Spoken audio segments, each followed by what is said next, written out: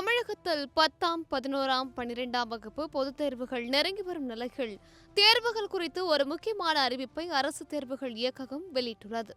பொதுத் தேர்வு வினாத்தாளில் ஏதேனும் தவறு இருந்தாலோ, பாடத்திட்டத்தில் இல்லாத கேள்விகள் கேட்கப்பட்டாலோ அதை பற்றி நேரடியாக இமெயில் மூலம் புகார் அளிக்கலாம் என்று தெரிவிக்கப்பட்டுள்ளது.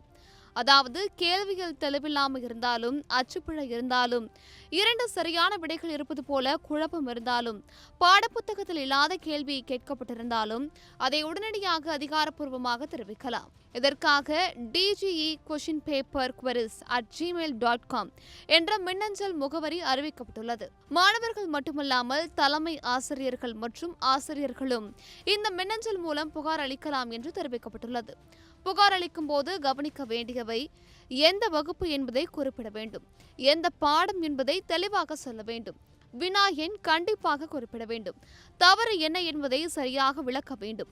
வினாத்தாளில் தவறு இருக்கிறது என்று பொதுவாக எழுதாமல் பகுதி B வினா எண் 12 கொடுக்கப்பட்டுள்ள கேள்வி பாடப்புத்தகத்தில் இல்லை அல்லது வினா எண் 5 உள்ள தரவு தவறாக உள்ளது என்று தெளிவாக எழுத வேண்டும் என அரசு தேர்வுகள் இயக்ககம் தெரிவித்துள்ளது.